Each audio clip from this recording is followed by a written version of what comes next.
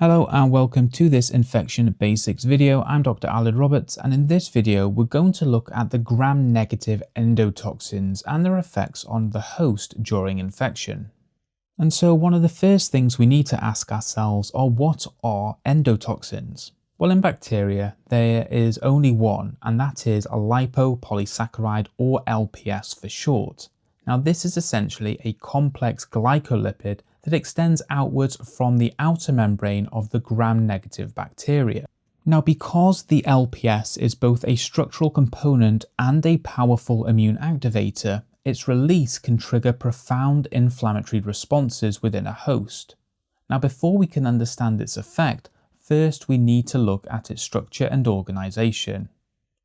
Now, when we look at a molecule of LPS, we can identify three distinct sections: the lipid A section, the core polysaccharide, and the O-antigen polysaccharide. Now, the lipid A section is the innermost portion that anchors the LPS into the outer membrane of our gram-negative bacteria. It's made up of a disaccharide backbone of glucosamine units which attach directly to fatty acid chains. Now, this region is highly conserved across gram-negative species because it's essential for maintaining membrane integrity, but it's also used to cause damage and disease within a target host. More on this later. Next, we have the core polysaccharide, which connects the lipid A to the O-antigen. As the name suggests, it is composed of multiple sugars. However, they aren't your standard sugars like glucose and fructose. They are heptoses and others known as 3-deoxy-D-mano-oct-2-ulosonic acid. Thankfully, that is abbreviated to KDO, and these are attached to phosphate groups. Now, this part of the LPS molecule shows genus-level variability, meaning its structure tends to differ between bacterial genera but remains fairly consistent within the genus. It helps provide stability to the outer membrane and contributes to the overall negative charge of the cell surface. And finally, we have the O-antigen, which extends outward from the core as long chains of repeating sugar units, with each sugar unit having between 3 and 5 sugars, which are repeated around 10 to 25 times on average. Now, this is the most variable region, differing not just between species, but even between strains of the same species. Now, what makes the LPS interesting as a toxin is that it has an immunogenic side to the molecule, so that would be the lipid A section, and it also has an antigenic side, so that would, unsurprisingly, be the O-antigen section. But what does antigenic and immunogenic mean? Well, when we describe something as immunogenic, we mean it is capable of actively triggering an immune response on its own. Essentially, an immunogenic molecule can be recognized by the immune system and directly stimulate an immune cell, leading to activation, signaling, and the production of inflammatory mediators. And in the case of LPS, this property is almost entirely associated with the lipid A region. In contrast, when we describe something as antigenic, it means it can be recognized and bound by components of the adaptive immune system, particularly antibodies or T-cell receptors. And so an antigenic structure does not necessarily trigger a strong immune response on its own, but it can serve as a target for immune recognition. And in the case of LPS, this property is characteristic of the O-antigen. Now, a key distinction between these two phrases is that immunogenicity refers to immune activation, whereas antigenicity refers to immune recognition. Therefore, a molecule that is immunogenic is by definition also antigenic, because it must be recognized in order to activate the immune system. However, the reverse is not true. A molecule can be antigenic without being immunogenic. So with this in mind, let's now look at some of the immunogenic effects the LPS has on the human host. Now, when LPS is released in sufficient quantities, it can simultaneously activate three components of the host immune response. First, LPS activates macrophages, driving the release of large amounts of pro-inflammatory cytokines and nitric oxide, which can escalate into a cytokine storm and significant increase in systemic inflammation. Second, LPS induces activation of tissue factor, triggering the extrinsic coagulation pathway and leading to widespread clot formation, followed by depletion of clotting factors and an increased risk of bleeding. And finally, LPS can directly activate the complement system, primarily via an alternative pathway, further amplifying inflammation and vascular dysfunction. And so together, these three pathways explain how LPS acts as a powerful mediator of an inflammation and immune dysregulation. So that was just an overview. Let's look at what is happening in each of these scenarios, starting with macrophage activation. So how does this actually happen? Well, the release of lipopolysaccharides is picked up by lipopolysaccharide binding proteins which interact with surface receptors on macrophages such as TLR4 and CD14, signaling a bacterial threat.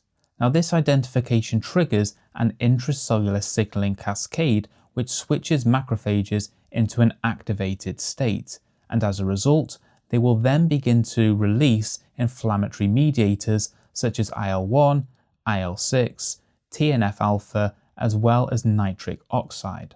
Now, because these mediators act on multiple tissues and organs, their release into the circulatory system explains why LPS exposure leads to such widespread and diverse symptoms throughout the body.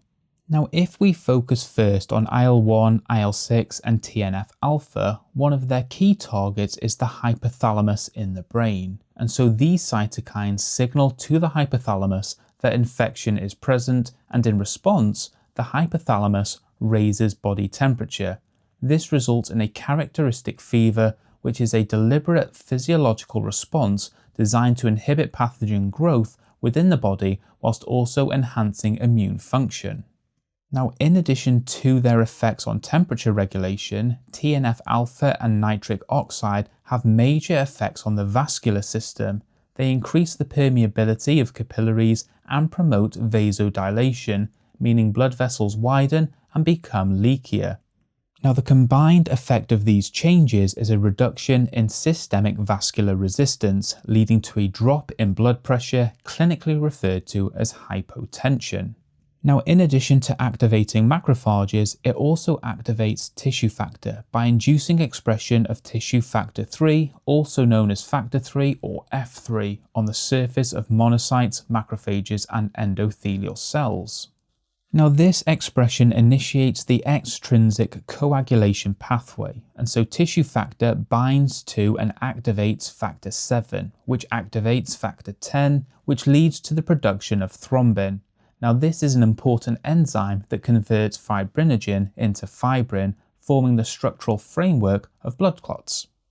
Now, as this pathway becomes highly active through the production of lots of clotting factors and platelets, there is a marked increase in clotting activity, resulting in widespread fibrin deposition and microthrombus formation within the circulatory system.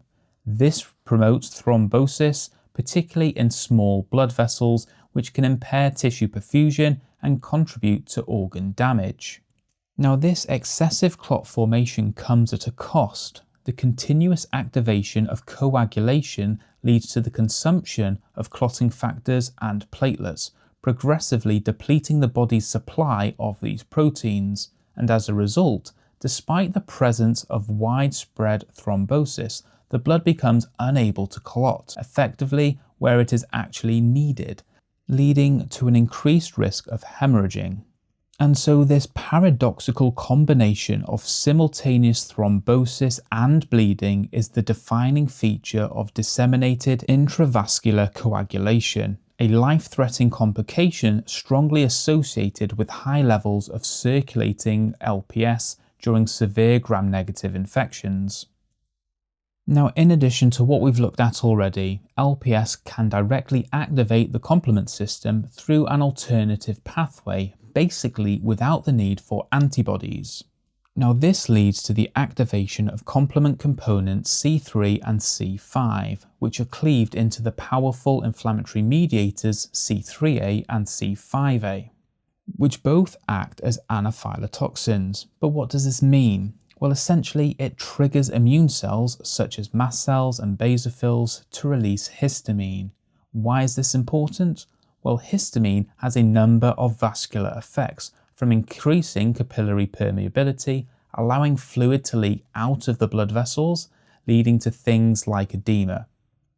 At the same time, histamine also promotes vasodilation, widening blood vessels and reducing vascular resistance. This also means we get the leaking of fluid and an increased blood flow in superficial vessels, resulting in a diffuse rash across the skin.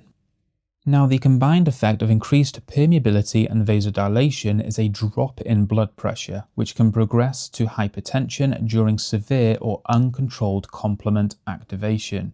Then alongside these effects, C3a and C5a also recruit and activate additional immune cells, amplifying cytokine release.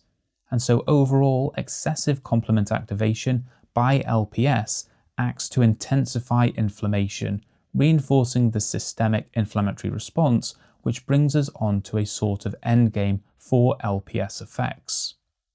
And so when we have activation of macrophages, activation of the coagulation system via tissue factor, and the activation of the complement cascade, we get a widespread release of inflammatory mediators, which results in the development of septic shock, more commonly known as sepsis.